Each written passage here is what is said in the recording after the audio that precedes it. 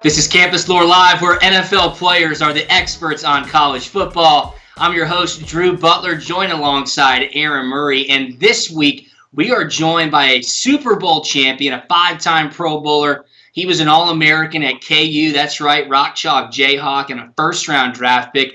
Aqib Talib joins the program a little bit later on. Looking forward to talking some college football with Aqib. Aaron, it's crazy that we're here, just one more week of action until Conference Championship Week. And speaking of Conference Championship Week, the ACC has done something unprecedented to maintain the integrity of the Conference Championship game. Aaron, they've given Clemson and Notre Dame, the two teams playing for the ACC Championship, the weekend off. What do you think about this move to give these teams time off so that there's no more COVID issues heading into the Conference Championship game? I'm completely fine with it. And some people are upset that, hey, is Miami getting screwed here at an opportunity to play an ACC championship game? I just don't see a path where Miami could get in, especially if Notre Dame lost. I still think Notre Dame would be ranked ahead of Miami, so they would be in there against Clemson right now. So I understand where they're coming from. Listen, it's a very unique year. You want to find a way to somewhat bubble these players and make sure you get to a conference championship game.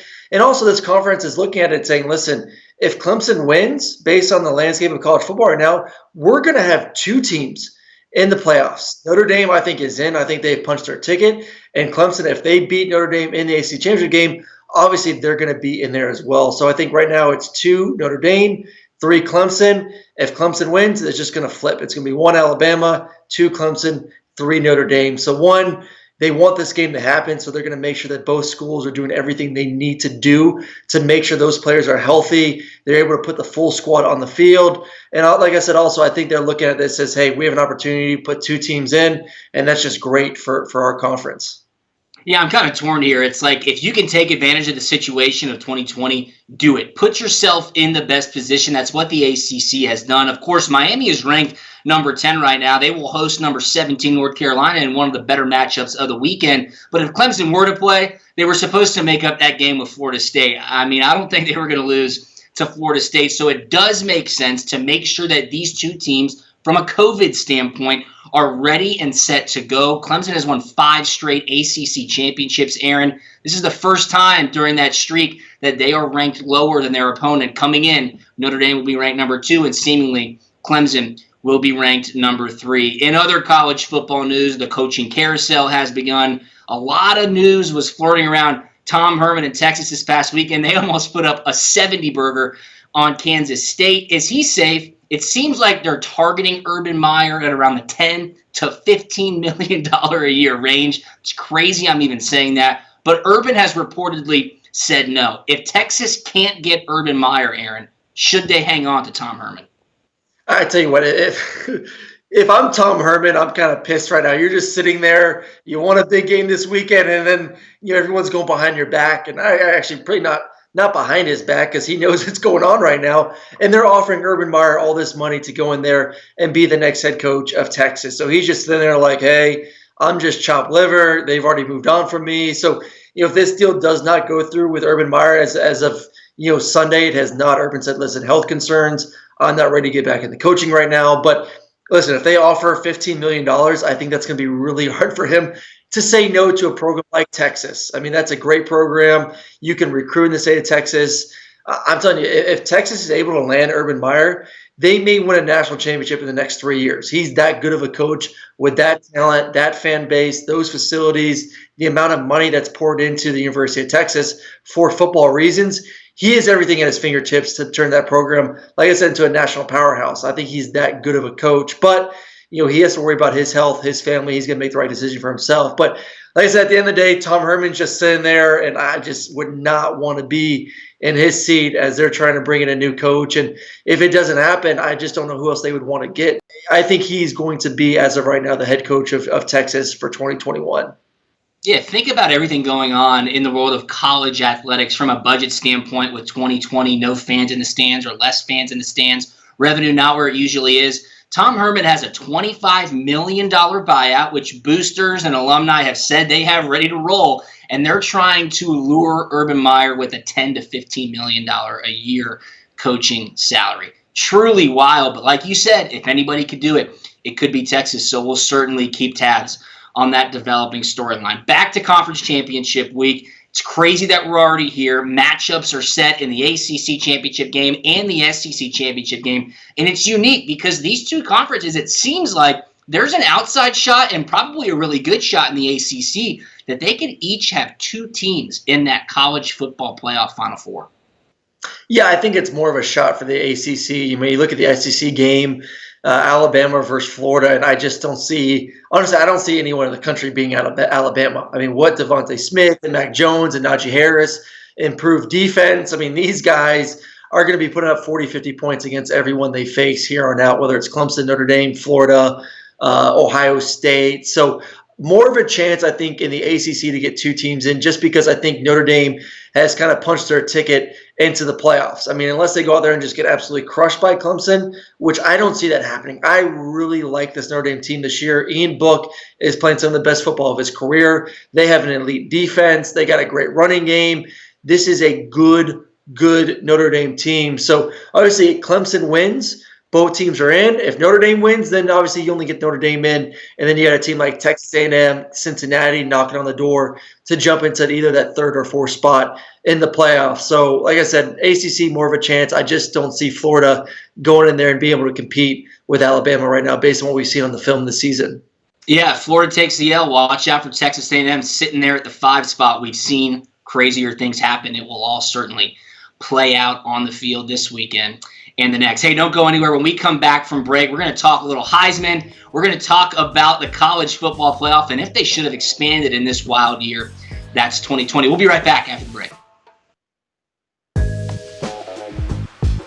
Welcome back into CampusLore Live. Drew Butler and Aaron Murray here getting you caught up on college football and ready to roll for this weekend. Aaron, we keep talking about each and every week. We're just happy to be here, and things continue to change. I'm excited it's conference championship next weekend. We got the college football playoff in view. But my question to you is, why not just expand the college football playoff in 2020? Everybody is doing something different. Why not open it up to 8 teams and see if it will work? And listen, every single year it always finds a way to play itself out. The teams are kind of right there on the bubble, end up losing. The teams that are elite end up continuing to be elite and separated. And as a year we've seen, it's tough to get in games. It really is. Every single week we're seeing more and more games canceled. And right now in December, the numbers are not getting any better here in the U.S. They're actually getting worse right now. So, the fewer games, the easier to kind of control them. The more games, obviously, the more opportunity it is for a cancellation to occur. And then from there, if you cancel one game, how do you make it up? What do you push back the next week when it comes to those games? There's just so many more factors that go into it when you want to put 8 teams in compared to just 4 teams. I think it's a little bit easier to control the environment, almost bubble those guys up to make sure you can get to a championship football game. So, listen, I don't hate the idea of 8 teams. I think there's some teams this year that are going to get left out. A lot of Cincinnati team that we've talked a lot about. But to me, I think the rest of them are like I said, they're going to be decided. Florida has to play Alabama. Most likely Alabama wins. Florida's out. A&M had a chance to play Alabama earlier in the season. They got completely blown out of the water. I don't know if they necessarily deserve to be in the playoffs at the end of the day. So, like I said, there's maybe one team in my mind that's really going to kind of get screwed out of the picture. That's Cincinnati if they do get undefeated because they are a group of 5 team. Other than that, who deserves to be in the playoff is going to be in the playoff.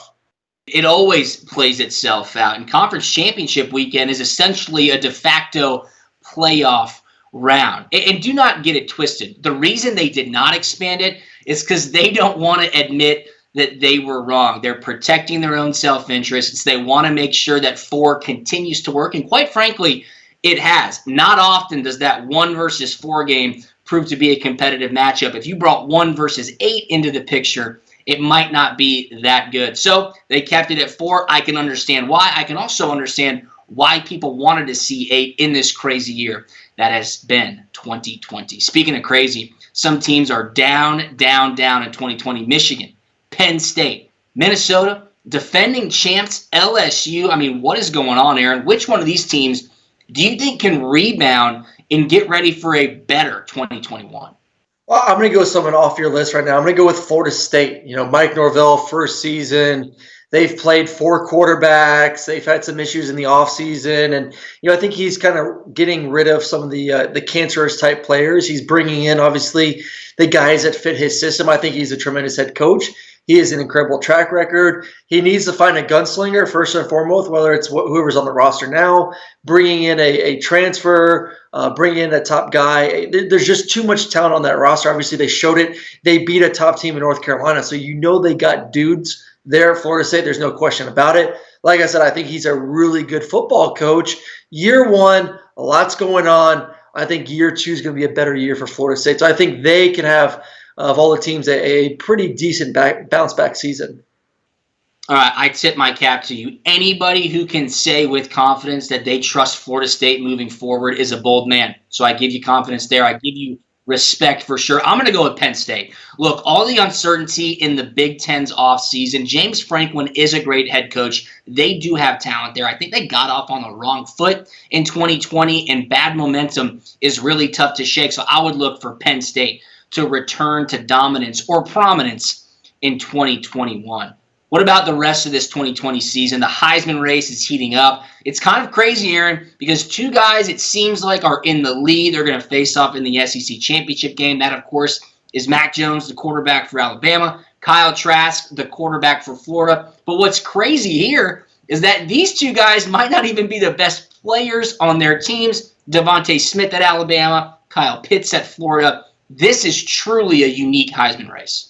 Well, listen, it's going to be virtually done this year, and I think if there's 4 guys who are going to be a part of this Heisman race, it's going to be 1 Gator and 3 Crimson Tide. It's Mac Jones, it's Kyle Trask, it's Devonta Smith, and it's Najee Harris. I mean, those 4 guys are the best players in college football. Devonta Smith is the best player in college football. Najee Harris may be the most versatile player in college football. His running ability, catching the ball in the backfield. And the more I continue to watch Mac Jones, I was saying, I think a few weeks ago, I don't know if it was on this show or somewhere else, that, I thought Kyle Trask kind of had it wrapped up. It was Kyle Trask's award, regardless of what happened in Atlanta. I don't think that's the case anymore. I really do believe whoever wins that football game is going to have the fast track to winning the Heisman. And honestly, I would love to see Devonta Smith continue to get more and more love. I think if he goes out there and torches Florida's defense, which I think he could, for a similar game that he had this past weekend, a few touchdowns, a couple hundred yards, he could easily jump into winning that Heisman as well. I know it's seen as a sort of quarterback award right now, and Mac is playing great and Kyle Trask is playing great, but I think as of right now, Devonta Smith has proven to everyone in the country that he is the best athlete and the best player right now. It's crazy. He is unguardable. I can't wait to ask Aqib Talib about him, as Aqib obviously has seen the elite of the elite when it comes to wide receivers. If you would have told me in August that Trevor Lawrence and Justin Fields would not be invited to the virtual Heisman Trophy ceremony, I probably would have told you that you're crazy, but that's where we're at. I'm really interested, Aaron, to see how many finalists they pick and who will be represented, because if it is 1 Gator and Kyle Trask, and 3 Crimson Tide members in Mac Jones, Najee Harris, and Devonta Smith, that would really be perfectly unprecedented, just like this entire 2020 season has been. All right, get fired up. After the break, we're going to be joined by our guest this week, Super Bowl champ Aqib Talib, All-American, 5-time Pro Bowler, and, of course, first-round draft pick, joins the program. So don't go anywhere. You're watching CampusLore Live. We are back. Welcome into CampusLore Live. Thrilled to introduce our guest this week. He's a special guest. He's a Super Bowl champ, a 5-time Pro Bowler out of KU, Rock Chalk Jayhawk, and an All-American. First-round draft pick, Aqib Talib, joins the program. Aqib, thanks for being here, my man. How you doing? I'm pretty good, man. Thanks for having me on. Absolutely. Hey, a lot's been going on in college football this year. It's been unprecedented. Let's just talk about some of the elite play that we've seen. As a defensive back who's been to the Pro Bowl, who was an All-American, who would you rather go up against? Devonta Smith, the dynamic wide receiver at Alabama, or Kyle Pitts, the seemingly unguardable tight end at Florida? Man, that's 2 tough matchups, man, especially for an old guy like me. You know what I'm saying? But I like my chances against a tight end. So I say I guard Pitts. You know what I'm saying? I guard Pitts, and and stay away from Devonta, man, because he got some juice. Nice, fast, wide out, man. They both got great size. They both explosive. They both going to be playing on Sundays here in the near future. We know quarterbacks get all the love, but this season especially, it seems like there's so many of them playing at a top level. Who right now do you think is the best quarterback and why? Man, I'm gonna still go with Trevor Lawrence, you know, and reason being, now them other guys is great, man. They some of them kind of, you know, jumping on the scene a little bit this year. I think Trevor Lawrence just been doing it, man. He just the package that he put together. This the money year for him, man. He coming out, he playing great, man. He battled through the COVID situation. He's still playing great. So he played in all those big games. When you're playing big games, big competition against Alabamas and LSUs and stuff like that in those big games, man, that's how you build. That's how you grow as a player. And you can see the big games all in this play this year, man. He's playing out his mind this year. One constant that we have seen throughout all conferences is pretty bad defensive football, Aqib. Talk to me why that is. Was it no spring practice? Was it the longer fall camp? Why are we seeing defenses getting torched every week? It's really not just this year. It's every year, man. You're seeing 60 and 70 points scored in college football, man. So the defense ain't been the best in college football, before this year. But I think the lack of offseason, like you said, definitely lack of offseason to make it worse, man. These offenses are getting tougher and tougher.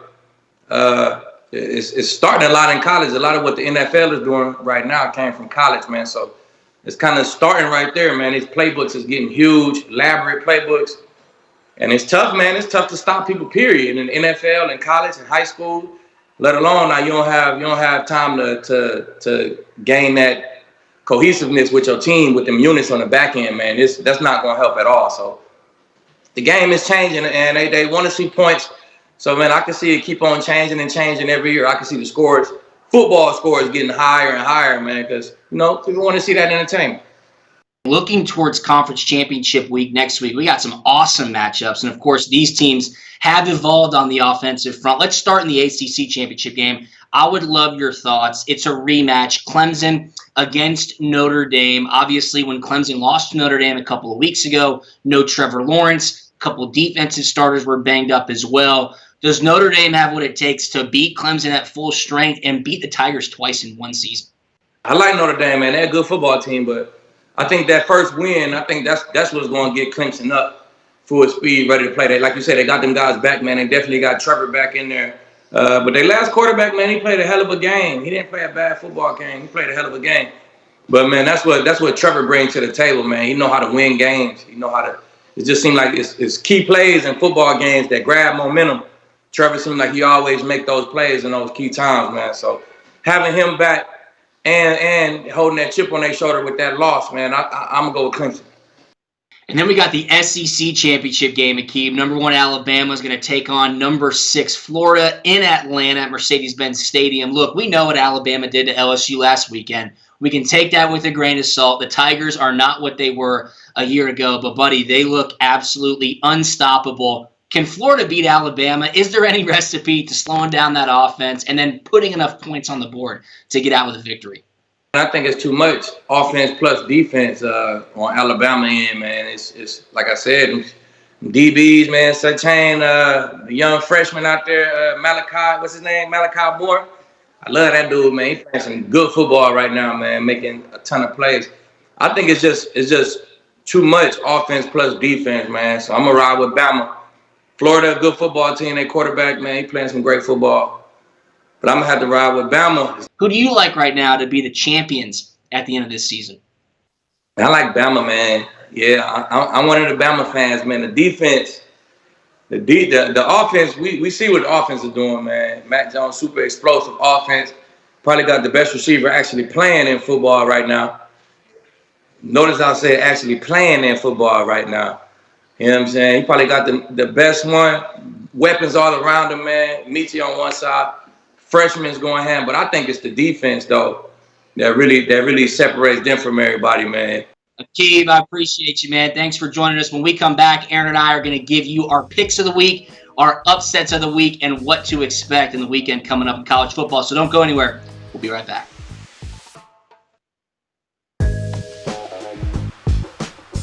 Time to put a bow on this episode of Campus Lore Live. Drew Butler and Aaron Murray here. Great to be joined by Aqib Talib. That was an awesome interview. I think our first Super Bowl champ on Campus Lore Live. So shout out to Aqib. Great insights from him. Aaron, we are 1 week away from Conference Championship weekend. Still have a lot of great matchups on the field coming up this Saturday. Give us your pick of the week or your upset of the week. Start us off. I'll start with upset of the week right now, and I feel like this is my second week in a row going against the Aggies and Texas A&M. And listen, they played tremendous last week versus Auburn on the road. A lot has to do with Kellen Mond and that running game. He had one of his better games. He used his legs, which I think he needs to use more and more. He's an athlete. When he gets running, when he gets a little bit physical, I think that improves his total package, and had a tremendous game there, like I said, on the road versus Auburn. It's just A&M's been too hot and cold for me. 1 week they're good offensively, the next week they're bad. They're just not been as consistent and deserving of a playoff appearance and being in the top four. And I know they're at 5 right now, and if a couple things happen, maybe they knock their way into that top 4 spot. But I think Ole Miss right now, Matt Corral, Elijah Moore, that offense, they can score points. They can score points really, really fast. So I think this is going to be a really good matchup. If it does happen, obviously Ole Miss is coming off some issues from last week with COVID. So I'm hoping it does, because I think this is going to be one of the premier matchups of the weekend, and I could see Ole Miss getting a huge, huge win against the number 5 team in the country. Yes, Saturday night kick in College Station. What a victory that would be for Lane Kiffin's maiden voyage as the Rebels head coach. All right, my upset pick of the week. I hate to do this. We are the show of the American Athletic Conference. We do love Cincinnati and think they should have a fair shot to make it into the college football playoff. But that argument, Aaron, it might take a hit this weekend, because number 24, Tulsa, that's right, the Golden Hurricanes are heading into Cincinnati. This is a conference matchup. Both of these teams are undefeated in the conference. Desmond Ridder and the Bearcats did not play a week ago. I'm just thinking, if this is the time for Cincinnati to slip up and the College Football Playoff Committee to say, hey, we told you so, this is it. So Cincinnati is on upset watch heading into this weekend. And my game of the week, Aaron, it's in the ACC. Number 17, North Carolina, is taking on number 10, Miami. These are two teams that are along the outside looking in the ACC championship there. Of course, we talked about how Clemson and Notre Dame have the weekend off. But I think Sam Howell versus De'Aaron King, what Mack Brown has been able to do in Chapel Hill. I know they've taken a couple of losses that they really shouldn't have against Manny Diaz and Coral Gables with Miami. This is just two really good teams. I think two really good stories in the ACC. Should be a great battle on Saturday. I'm gonna go out to the West, and not the Pac-12, but the Mountain West, baby. Two of the best teams in that conference are going to go at it this weekend, and that's Nevada versus San Jose State. Two high-powered offenses. San Jose State 5-0 right now. Nick Starkel, the SEC transfer, has been absolutely tremendous this season. He is a backup quarterback in Nick Nash, more of the runner. They got some really good receivers. I love the way their defense plays, very disciplined. And then Nevada, 6-1 right now. Carson Strong, 21 touchdowns, 4 picks, 70% completion.